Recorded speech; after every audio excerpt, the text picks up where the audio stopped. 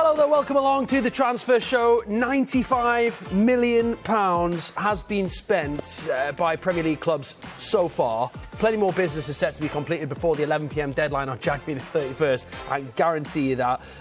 Thomas Chef, Corvis Solokol are with us for the next hour. Plenty to talk about. Some of Europe's biggest clubs are interested in signing Pierre-Emerick Aubameyang. We're going to tell you who's in for the former Arsenal captain. And where's Jesse Lingard going to be playing his football when February the 1st comes around? We'll take a close look at what next for Jesse. And it's 10 years since Liverpool won the League Cup, 29 years since Arsenal lifted the trophy. Who's going to reach this year's final against Chelsea on February the 27th? Plenty to get through. We've got news from Newcastle United, Tottenham, Manchester United and plenty more on the way. But we're going to start with Arsenal today with Carve and Darmesh. Darmesh, what are you hearing about Aubameyang? Yeah, significant updates on his health and his future, Pete. If you look at an Instagram post that he released earlier on today, I think we can have a look at it now, can we? He says, look, he's there in his home gym with a big smile on his face, and he says, I came back to London to do some additional checks, and I'm very happy to say that my heart is absolutely fine and I'm completely healthy. Really appreciate all of the messages over the last few days, and I'm already back at it. Now, this in response to when the Gabon Football Federation effectively sent him back to London because they found heart lesions in routine medical checks. So hence, I'm told that Aubameyang underwent an MRI scan, an electrocardiogram. The results were 100% clear. He's got no issues with his heart and he has no history of heart issues either.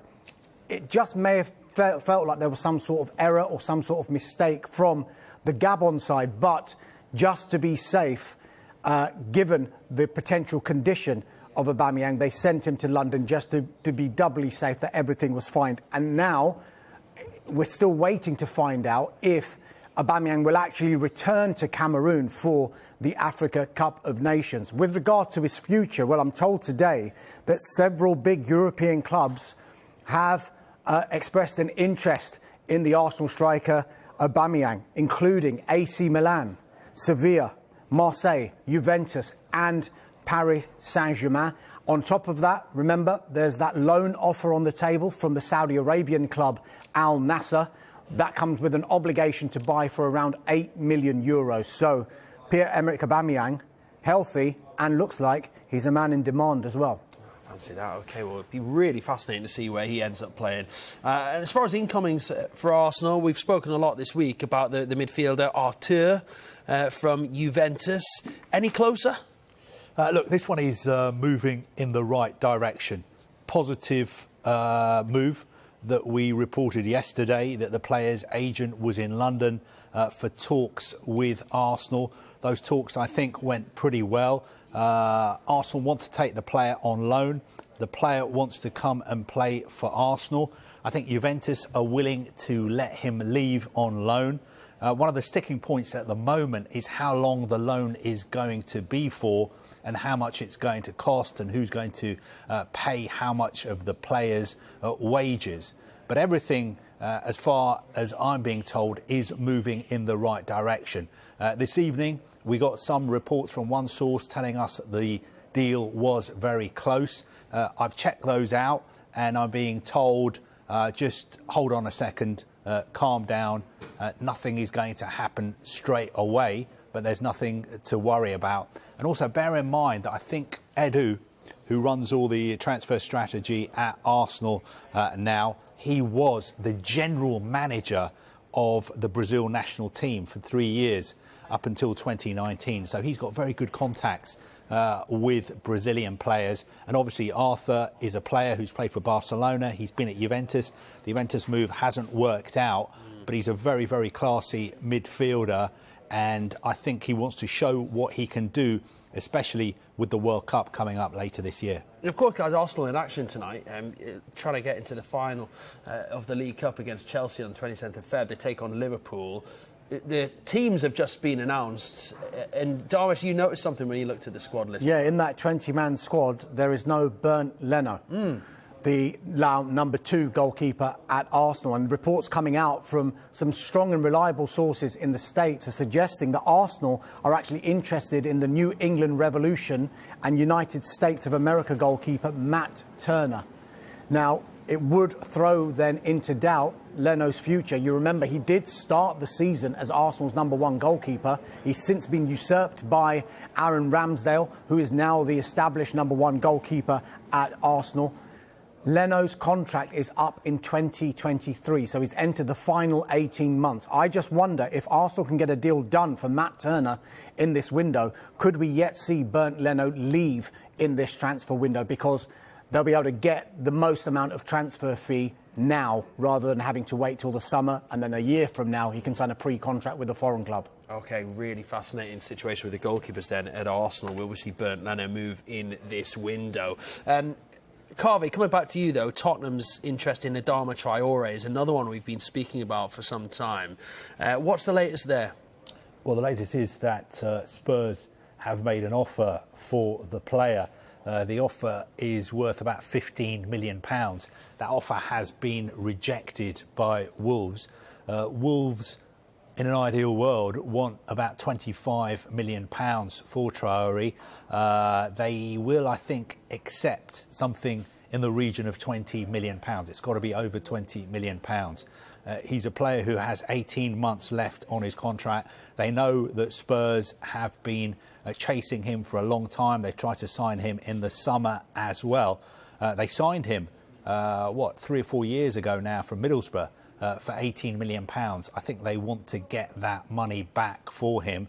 Obviously, they've offered him a new contract. He hasn't agreed to sign a new deal. So I think now would be the perfect time for Wolves to sell him, because they can still get back more, or a big chunk of what they paid for him. But obviously Spurs know there's still a few days to go until the end of the window, and they want to get him for as low a fee as possible.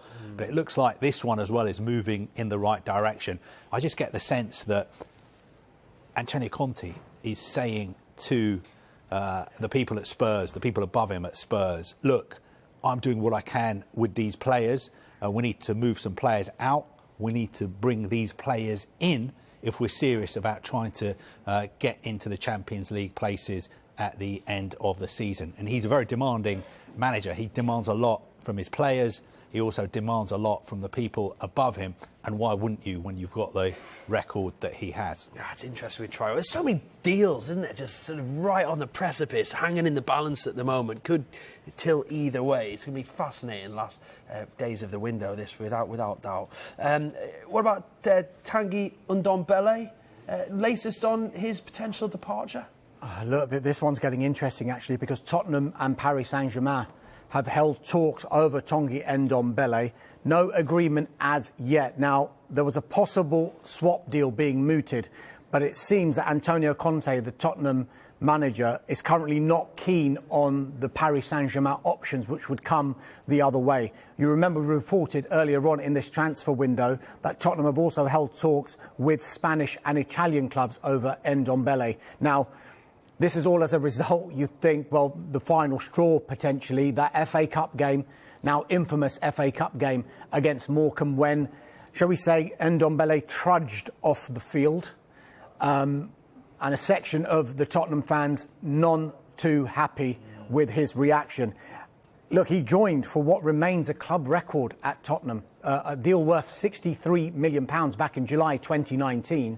The manager of Tottenham, when he arrived at Tottenham, Mauricio Pochettino, the manager of PSG currently, Mauricio Pochettino. And another line just reaching us now as well. This was mooted to us by Sky Italy, Gianluca Di Marzio. You'll remember in our Christmas special for the transfer show when he was talking about Frank Kessie being one of the big names, you know, out of contract in the summer. Tottenham manager Antonio Conte, a long-term admirer of Frank Kessie. Tottenham, we're told, are interested in a deal to sign Kessie in this transfer window.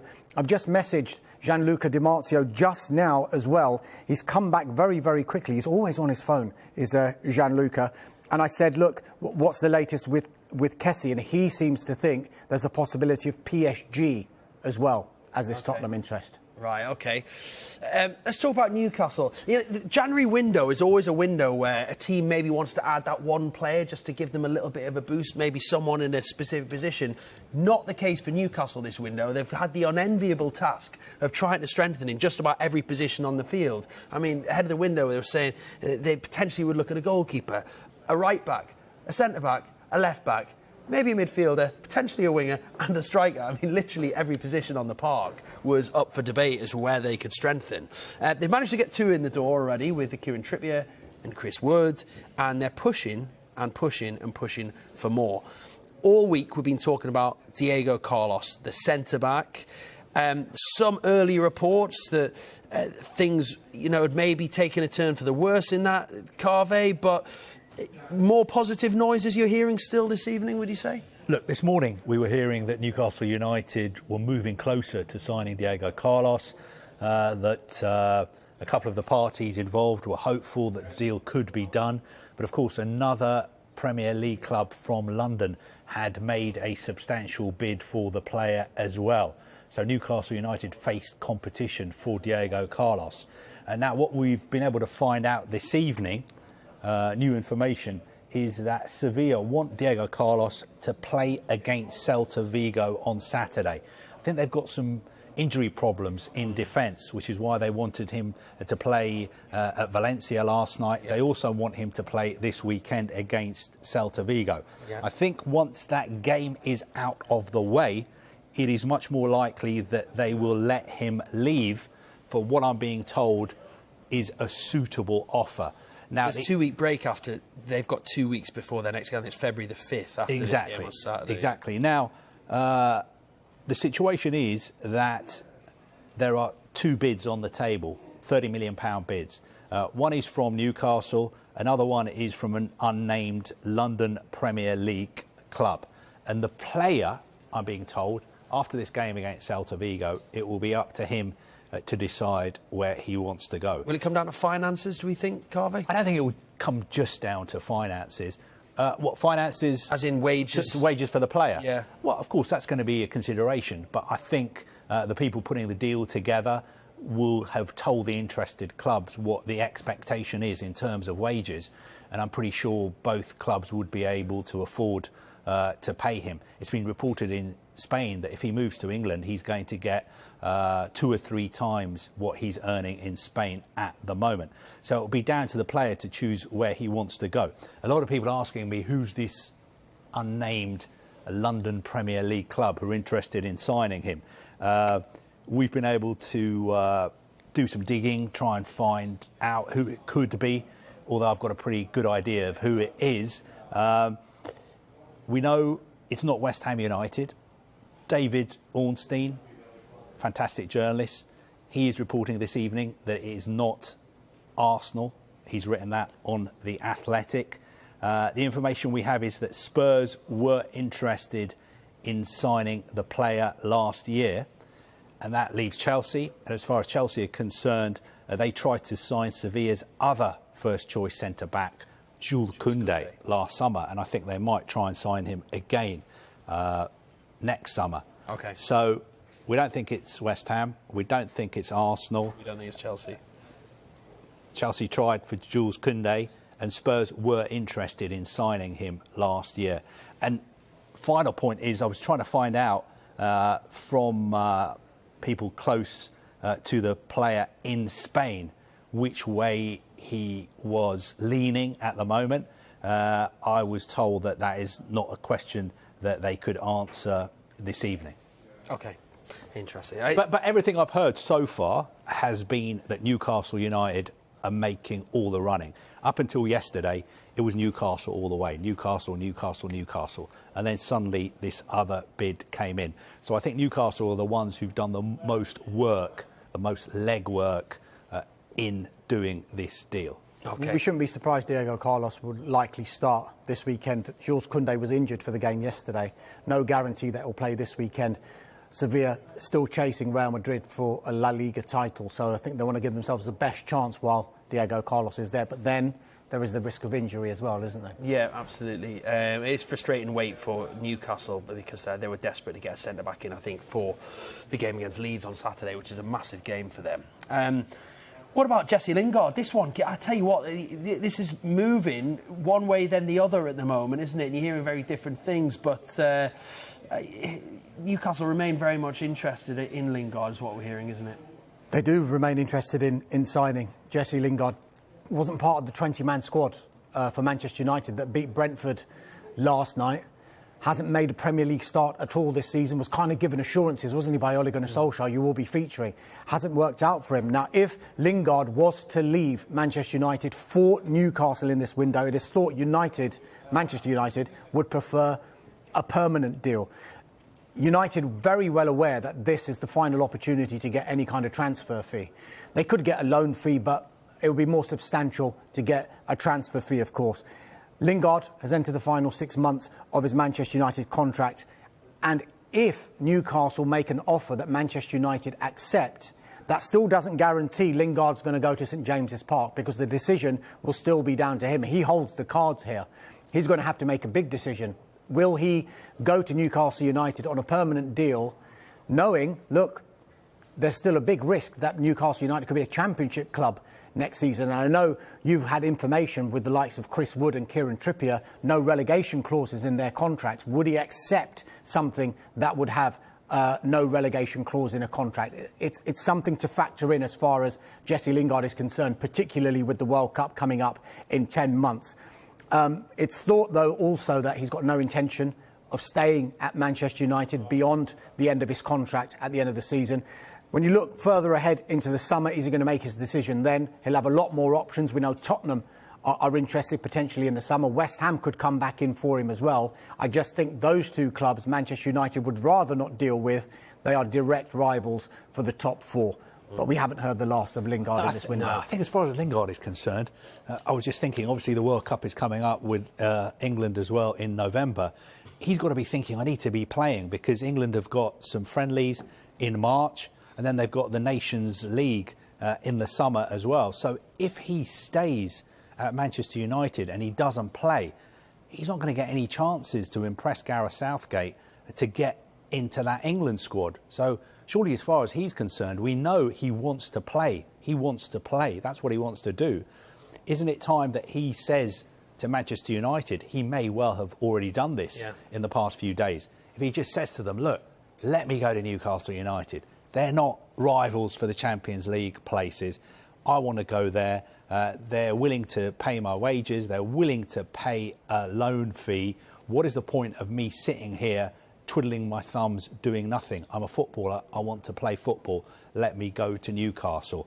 I think as we get closer to the end of the window, surely people at Manchester United will look at him. And I think, incredibly, he's been at Manchester United, I was reading yesterday, for 21 years. 21 years he's been at the club. Surely it's time, if they're not going to use him, if they're not going to play him, to let him go somewhere where he can play. Indeed, yeah. And you think from Newcastle's point of view, if you really seriously want the player, now is the time. You're not going to have the competition from your West Hams and your Spurs in this window. If you want to make a serious offer to the player and potentially the club, now's the opportunity to do it. So we have to wait and see. But we could well be talking about Lingard for the next few days as well. OK, great stuff. Plenty more to get through as well. As we mentioned, it is Arsenal versus Liverpool in the second leg of the Carabao Cup semi-final tonight at the Emirates. Chelsea await the winners. Arsenal in their new London Underground-inspired warm-up gear there. We're going to just recap the team news as well. As Darvish already mentioned, for Arsenal, no Bernd Leno in the squad at all. He's not in the starting 11. He's not on the bench either, amid some transfer speculation around Arsenal and goalkeepers. But the three changes for them see Tomiyasu, Odegaard and Emile Smith-Rowe come into the starting 11. Cedric, Granit Xhaka and Nketiah all dropping out. As for Liverpool, of course, they couldn't get the win, could they, in the first leg at Anfield against 10 men for such a long period. A couple of changes for them. Kevin Kelleher comes back in goal. He was a hero, wasn't he, in the penalty shootout in the previous round. And Alisson drops to the bench for this one. And Who else is on the bench? Oxlade-Chamberlain. He's not involved. He was injured as well. So the big change, though, is in goal there with Kelleher coming into the team. And just a word on Gordon as well, who's in the front three there. So we'll keep a close eye on this one, keep you right up to date, and it is live on Sky Sports as well. Right, OK, as mentioned, then plenty more to come. We are going to be building up to that game, and that's over on Sky Sports Football. But coming in next, we're going to have news from all 20 Premier League clubs.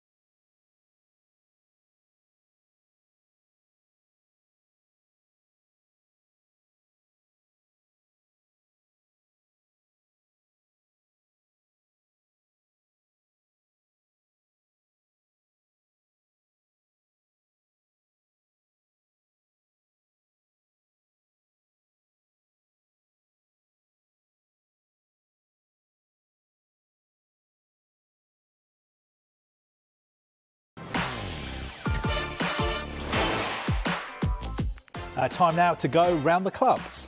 Certainly is. Arsenal defender Pablo Mari has joined Udinese on loan until the end of the season. Luis Suarez won't be going to Villa Park, but Steven Gerrard does want a 4th January signing, and he hasn't given up hope of getting Yves Bissouma from Brighton. Brentford have a number of options they're looking at before the deadline, including Aaron Hickey and Mykhailo Mudryk. 6 players have left Brighton this window. Goalkeeper Christian Walton joined Ipswich Town last night.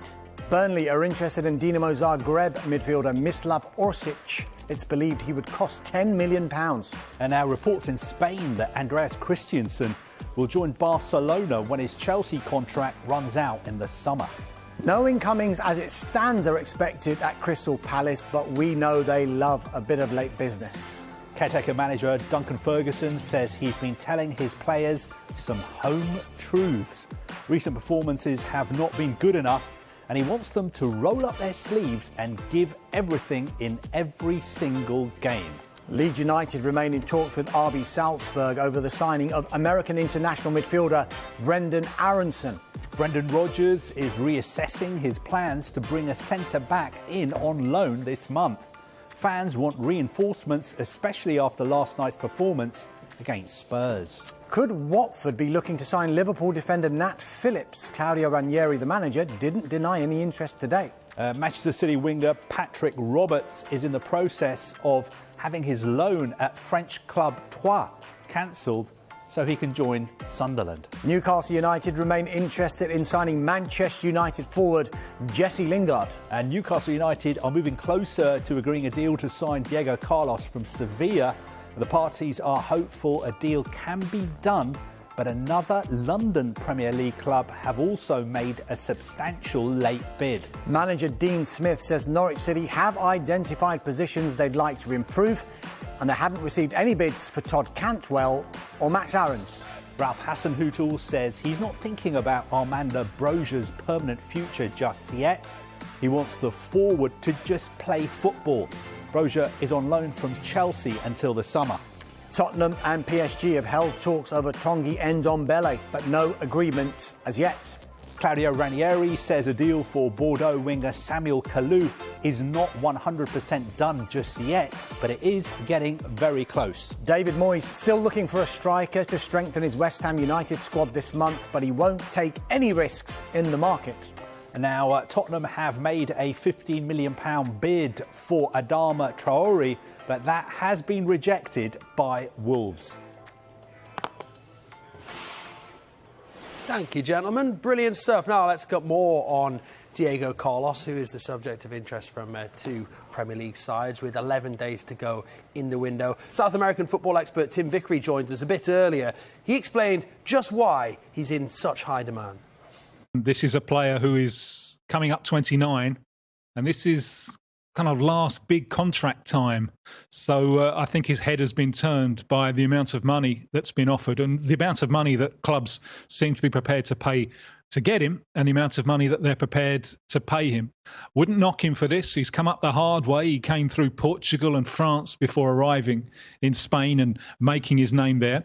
And also, if it's going to be Newcastle, his destination, it's a huge club. Why wouldn't you want to be part of a project to get a huge club back on its feet and competing for honours again? That would be something to tell your grandkids. And he's got a lot to offer. He's a very competitive centre-back with there's an air of swagger, an air of class about him. Yes, there are mistakes in him. Yes, he can be reckless. But I think he's got a lot to offer at Newcastle or another Premier League club.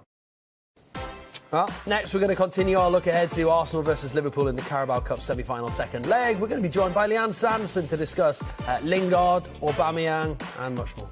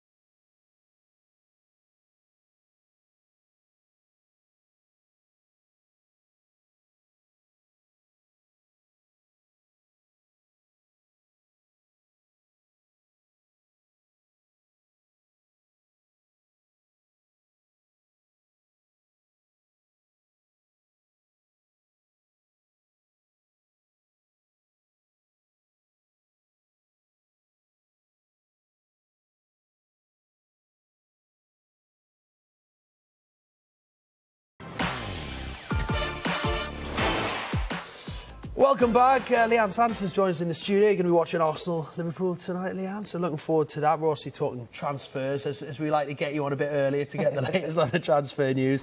A few names to run by. We're going to be talking about Lingard, Aubameyang, but I just want to start with Ousmane Dembele at Barcelona. Carvey, what's the development there today? Well, look, this is an incredibly messy situation. Ousmane Dembele, one of the most expensive players in the world. Barcelona signed him in 2017 for 135 million euros. Since then, he's been injured a lot. His performances haven't been that great, although he's played well in flashes. I think he's only played 87 times for Barcelona in 4.5 years. The situation is he's out of contract in the summer. Barcelona have got financial problems. Since July, they've been talking to him about him sitting down and signing a new deal. He hasn't signed that new deal because they've been asking him to take a pay cut. He doesn't want to take a pay cut. And what happened is, at the start of this week, Barcelona said to him, you've got 48 hours. Either sign this contract or we're going to sell you. You have no future at the club. He didn't blink. He didn't sign the contract. So last night, Barcelona came out and said, fine, that is it. You're not going to be leaving for free in the summer. You are leaving this month. You are for sale. You're not going to be involved in playing any more games for us. He hasn't travelled with the squad for the game against Athletic Bilbao. He doesn't have a future at the club. Now, on one hand, that sounds very tough, very strong, very no-nonsense from Barcelona. But don't forget, in the modern age, the players still have the power because he can still say, I'm not going anywhere. Just because you want to sell me doesn't mean I'm going to agree to leave. I can stay here until my contract runs out in the summer. And to that end, he's put out an extraordinarily strong statement on social media this evening. I won't read the whole thing. He's very angry, obviously. He says, I still want to play. I have a contract. I'm not going to give up. The contract talks are ongoing and I won't be blackmailed. That is the word he uses. And he also says that he completely trusts his advisor, his agent. But as far as Barcelona are concerned, they are being just as firm. They are saying, you have to leave immediately and we expect you to leave by the 31st of January. And we're talking about one of the most expensive players in the world. He's a World Cup winner and he's only 24. It's a weird situation, Leanne, isn't it? I mean, as a player, they're asking him to take a pay cut to stay, basically, right? Which I understand you're Gerard Piqué, who's got he's got Barcelona in his heart. Someone like them saying, yeah, well, I'll take a pay cut to help the club. But Ousmane Dembele, France international, not played many games.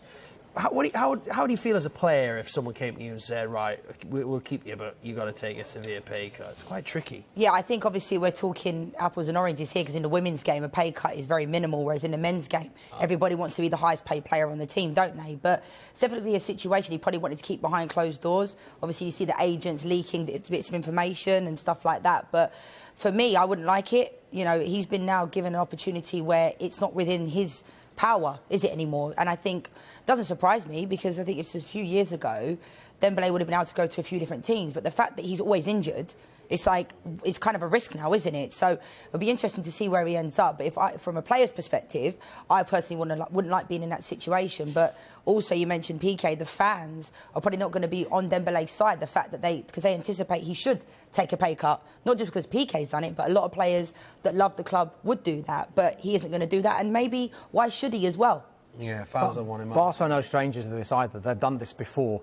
If you go back to the summer transfer window, Eli Marieba, who was quite a highly thought of player coming through the academy with the likes of Ansu Fati, he was stalling on a new contract. He'd had a year left on his contract, and they said to him, sign a new contract or the same thing will happen. You're out and we'll get rid of you. He didn't sign the contract.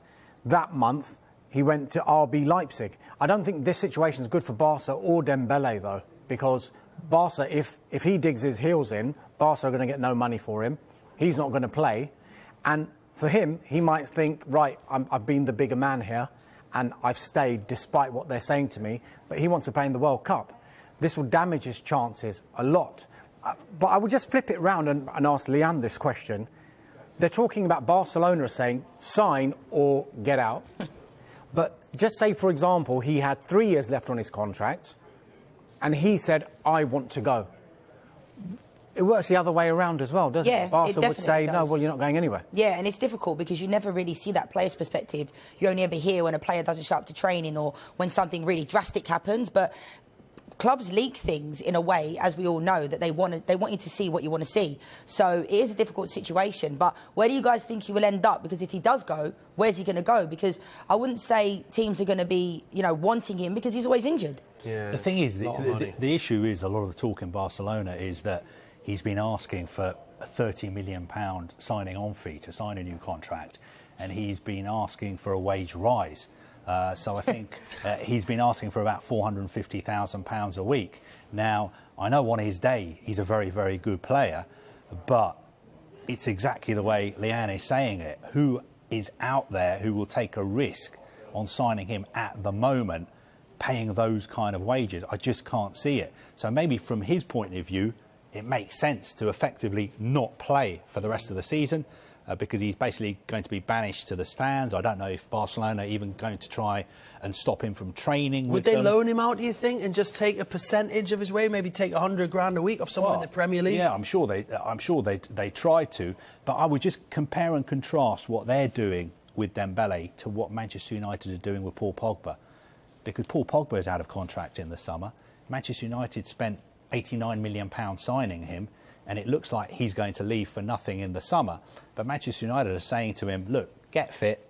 When you're fit, you can play for us. And then sign for someone else. and then you can sign for someone else. And if you play really well for us, that puts you in the shop window for PSG, Real Madrid, Juventus, all these other clubs who want you. So it's interesting, the difference in the way Manchester United approach this problem and the way Barcelona approach the problem. But, of course, the big difference is that Barcelona have got financial problems. They don't even want to be paying Dembele's wages for the rest of this season. They're in debt, more than £1 billion in debt. They need to sort out their finances. They were desperate for him to sign a new contract on reduced terms, but he's not going to do that. So I think he's still in a very, very strong position. I know it doesn't look like it because he's gone to war with Barcelona, who are one of the biggest clubs in the world, but he can just stay where he is and keep on taking the money until the summer, and then in the summer try and get a move to a PSG or a Juventus or a club in the Premier League. You mentioned Pogba. Maybe Manchester United are taking a calculated risk here. They've only got 6 months left, we know that, but they're not in the Champions League places at the moment. Do they think that Paul Pogba, fully fit, fully firing, back in the Manchester United team, can help them get a top 4 finish rather than a Manchester United team without Paul Pogba? Now, if he was to help them get into the Champions League, Manchester United will have Champions League football next season. That's a tick for Paul Pogba, number one. Number two, let's see who the next permanent manager is going to be, because all the information I'm getting is he's likely to make this decision in the summer, and Manchester United will still be one of the options, despite all of the noise that just because he hasn't signed a contract just now, everyone automatically assumes he's gone.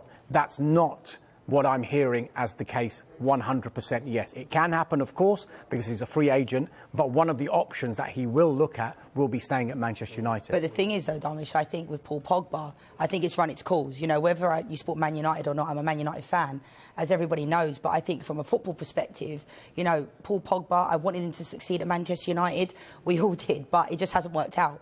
It just hasn't. And I think at times, I can't believe it's come down to this situation where we're going to let him go for a free. I mean, how much money, if he wasn't going for a free and he was not out of contract, how much money do you think Manchester United could get back for Paul Pogba at this moment in time? I think he's probably still worth 60, 70, 80 million pounds. But based upon his performances, not based upon winning World Cups. It's like you look at productivity on the pitch, and I don't think I've ever seen a Manchester United player split a fan base so much. You've either got people that love Paul Pogba, or you've got people that are like, Manchester United don't need him anymore. But I don't think there's ever any in the middle or in between. And this would be the second time that he would be leaving Manchester United on a free if he does leave in the summer. I think what's interesting from Barcelona's point of view is they're just sending out a message to all their players and the players in the future that we're not going to stand for this. We're not going to stand for people running down their contracts. Whereas Manchester United are sending out the message that what Paul Pogba is doing is acceptable. Mm-hmm. Will that encourage more players to do that in the future?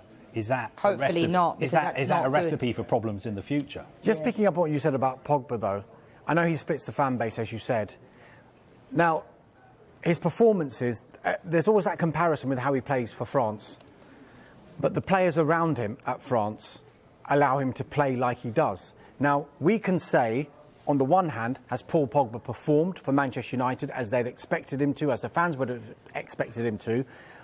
On the flip side, have Manchester United done everything they can to get the best out of Paul Pogba? Yeah, it's difficult because you look at Bruno Fernandes that came in last season, and I think he came in the way that everyone expected Paul Pogba to, and I think it's got to a point now where I'm sick of saying, well, Paul Pogba should play in the 3 on the left-hand side, or he should play here, he should play there. I understand what you're saying. When you do play with better players, you bring out the best in you, but you don't see, I mean, Scott McTominay, who I've not been a massive fan of, he's been unbelievable for Manchester United this season. So it's like, different players need different things, and I just don't think it's worked out for him. When he plays and he's on his day, yes, he can be amazing. I'm a fan of Paul Pogba. I want him to succeed, let's be clear here, but it just hasn't worked out, and these things happen, and unfortunately, it hasn't. And you can't rely on a player that plays like 3, games a season in a way that's a consistent basis. I think he's inconsistent, and I think a lot of people, go off of his reputation, and I just don't think it's worked out. And Ferguson was right. If you could strengthen one position, Leanne, for Manchester United, what would be the dream signing in this window? If there was anybody we could get, Declan Rice. Because Manchester United desperately need a defensive midfielder. But for me, the problems in Manchester United right now, there's bigger problems. Because any player, there's a problem at the club when any player that seems to go there doesn't seem to fulfil their potential. Jadon Sancho is a fantastic player. He isn't fulfilling his potential. There's loads of players there. Mason Greenwood, yes, he's doing well, but I still don't think Rashford. There's loads of players there that are not performing at the level they can. So my worry is, if I was Declan Rice, would I leave West Ham and go to Manchester United right now? No, I wouldn't. If it was a few years ago, maybe. But why would he leave West Ham to come to Manchester United when I don't feel like Manchester United are on their way up right now? Where in West Ham are in a good place. He's leading the team. He's a captain when Mark Noble's not playing. So I wouldn't leave if Declan's watching, please come to Man United. But if I was him, I wouldn't. Jesse Lingard's another one we've been talking about today. There's an offer from Newcastle. They're very keen on him. He knows there's going to be teams interested in the summer. West Ham, you've mentioned, no doubt will be interested in the summer. Spurs will be interested in the summer. They're probably interested now, but Manchester United simply won't deal with the top 4 rival. The only club they might deal with is Newcastle because they're no threat to them whatsoever.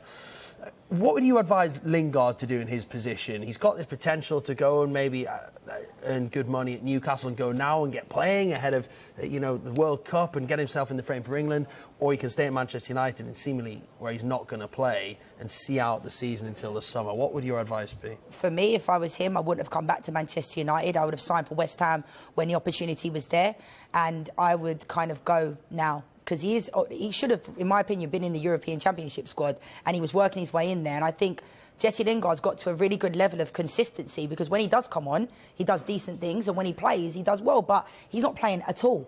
And I can't quite get my head around that. Whereas when he went to West Ham, he did really well. And I have no doubt that if he did go to a Newcastle or another team, he would do exactly the same thing. But right now, he's not playing at all at Manchester United, and I can't quite work that out, especially when a team is not playing that well.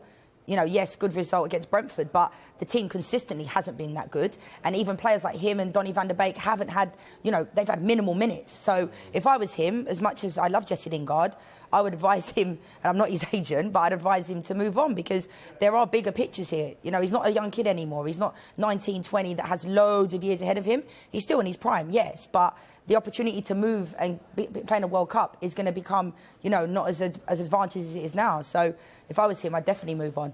OK, great stuff. Right, we'll take a break there. That was an interesting chat on Manchester United, and Leanne staying with us as well for the Arsenal versus Liverpool game. And we'll have plenty more from these two as well. Darmesh and Carve staying as well.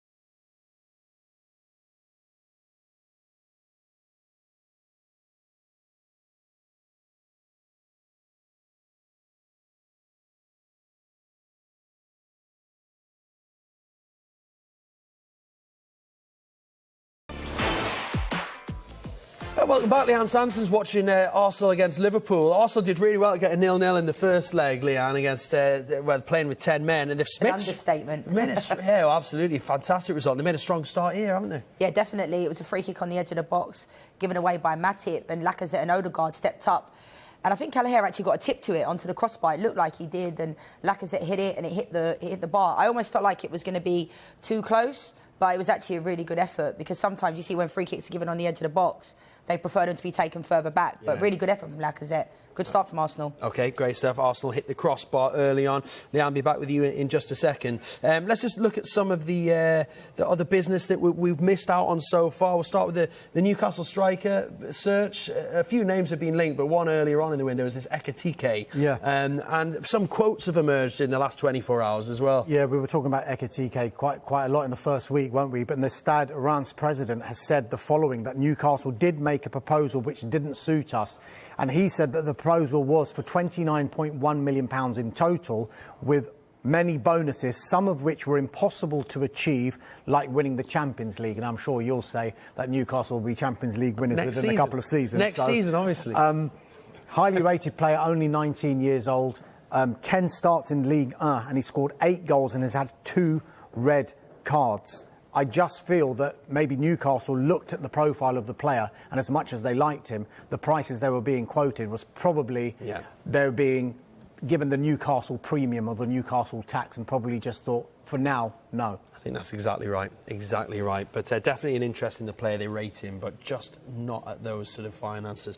Let's recap a couple of our top stories as well. What's the very latest on Diego Carlos? Because this is moving all the time.